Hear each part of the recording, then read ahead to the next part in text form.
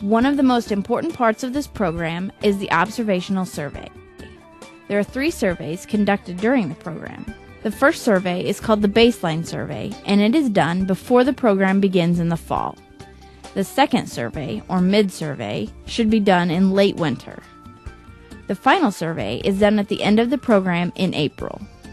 All 3 surveys should be done in the same manner, and the steps for conducting them are simple. First, it's very important that you, as S.A.F.E Club leaders, don't tell your classmates about any of the surveys. The reason for this is simple.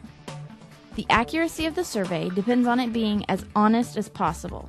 An accurate collection of data can only be attained if your peers are going about their normal routine. If you warn them and they know what days to wear their seatbelt, it will skew the data and give you inaccurate results. Next, pick the days to observe. You should conduct the baseline, mid, and final survey 2 days in a row and always the same 2 days. As an example, if you choose Tuesday and Wednesday for the baseline survey, you must use Tuesday and Wednesday for all of your surveys. Tuesday and Wednesday, or Wednesday and Thursday, are the best days to complete the surveys because of holidays, in-service days, etc. Next, choose the observers. There should be 2 student observers at each parking lot entrance. You're going to be the primary, you're going to be the reliability. The primary observer is the captain of each observing team. They will describe the vehicle they are counting and what line of the form they are using. Red car, line 21. Decide on the best observer location with your S.A.F.E sponsor. On the day of the survey, your S.A.F.E sponsor will provide each observer with a clipboard and the survey data sheet. Be sure to complete the top of your data sheet before you start the survey, and don't forget to specify whether you are the primary or reliability observer. If you use more than one data sheet, be sure to fill out the top of each sheet and mark the page number at the bottom of the data sheet. Each survey needs to start 30 minutes before school starts and end 10 minutes after school starts. This means that both observers should be in the parking lot, ready to observe, 30 minutes before school starts and not leave their observation location until 10 minutes after school starts. There is a proper procedure for filling out the observation sheet. For each observable vehicle that passes, observe the driver and record Y for yes if the driver is belted, or N for no if the driver is not belted. Next, pick one of the following for every driver. P for phone. Select this option if the driver is on a cell phone, with the phone to his or her ear, or obviously talking on a hands-free phone. T for text. Select this option when the driver has a cell phone in hand and is oriented toward the face of the phone, or is otherwise obviously texting. O for other distractions. Select this option if the driver is in any way exhibiting some behavior that is competing with the road for his or her attention. For example, eating, interacting with the radio, changing a CD, reading a map or book, looking for something dropped, or any other distraction. Record O when, in your judgment, the driver could momentarily be distracted if an emergency situation occurred, delaying their response. N for none.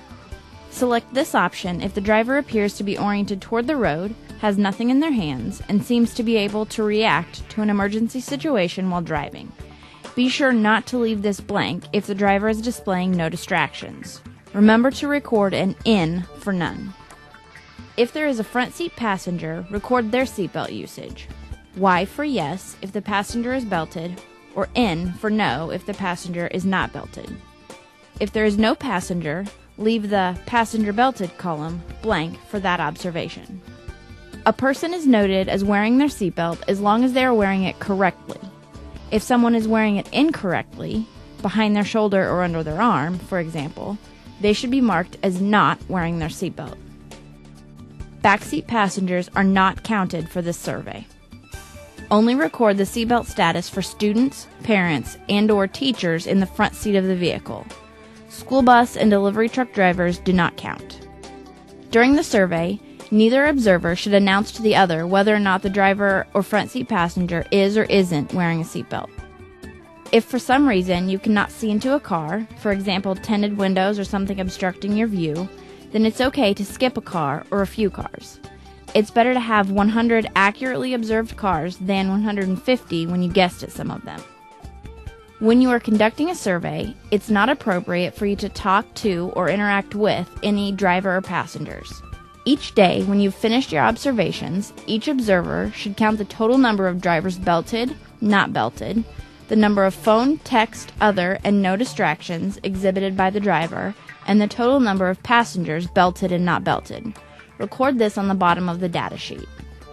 The bottom of the data sheet should look like this. Remember not to enter 0 on the line asking for the total number of drivers with no distractions, unless all drivers were distracted in some way. Count the actual number of ins circled and enter that total on the summary line. The final step of the survey is to calculate the percent of agreement. To do this, the primary and reliability observer will compare their answers on each line, marking it as an agree if you both have the same answer, or disagree if your answers differ. Once you compare all of your data pages, you use this simple formula to come up with your percent of agreement. If your results show less than 80% agreement, you will need to conduct the observation again. Don't let this formula scare you. Most teams have an agreement percentage in the 90s.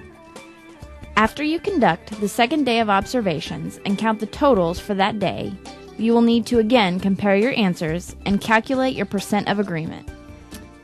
Then, you should clip your observations together with the primary observer's data sheet on top and turn them into your sponsor. While the survey may be the most complicated part of S.A.F.E, it's only one part of the program. After you conduct the baseline survey, it's time to kick the program off. The S.A.F.E team needs to share the program with the student body. This can be done at an assembly, a pep rally, through a school-wide announcement, or any other way you can think of. Remember to do this after the baseline survey. Pledge cards, monthly prizes, and educational activities are also vital parts of the S.A.F.E program. Each month, the S.A.F.E team is responsible for giving all students the opportunity to sign a card, pledging to wear their seatbelts every time they're in a vehicle. Every month, collect the cards and draw names for prizes. Students need to re-sign a pledge card each month. At the end of the program, you can combine all of the signed cards from each month of the program and draw out a name for a grand prize winner. Students who have signed the cards every month will have a better chance of winning. If a student is ever issued a citation for not wearing their seatbelt and they have signed a pledge card, their name should be pulled out of the signed pledge cards for that month only. Throw that card away. Examples of monthly educational activities can include making and hanging posters or flyers in the hall that focus on and remind people about traffic safety. Perhaps you could arrange for a public speaker to visit your school, or you could work with local law enforcement and organize a traffic safety presentation. The Kansas Highway Patrol has a tool called the Convincer, which simulates a 5-mile-per-hour car crash. They also have a rollover simulator. It's possible for them to bring either of these tools to your school or safety activity. If a classmate or former classmate was involved in a crash, ask them if they're willing to share their story. For more ideas, visit the S.A.F.E website. After the mid-survey in January, the fourth component, or the enforcement period, will start. Local law enforcement will conduct an extremely strict period of enforcing the primary seatbelt law. They will monitor people arriving and departing your school and will issue citations to anyone not wearing their seatbelt. These will be real tickets, which cost real money. If you are under 18 and issued a citation for not wearing your seatbelt, you will face a fine of $60. In April, you will conduct the last observational survey. The final survey is crucial to the local and statewide success of S.A.F.E, so it's very important to complete this final survey. The program will conclude with one final educational activity and prize drawing. You will then be able to share the results of your work with your peers, letting them know how much the seatbelt usage increased.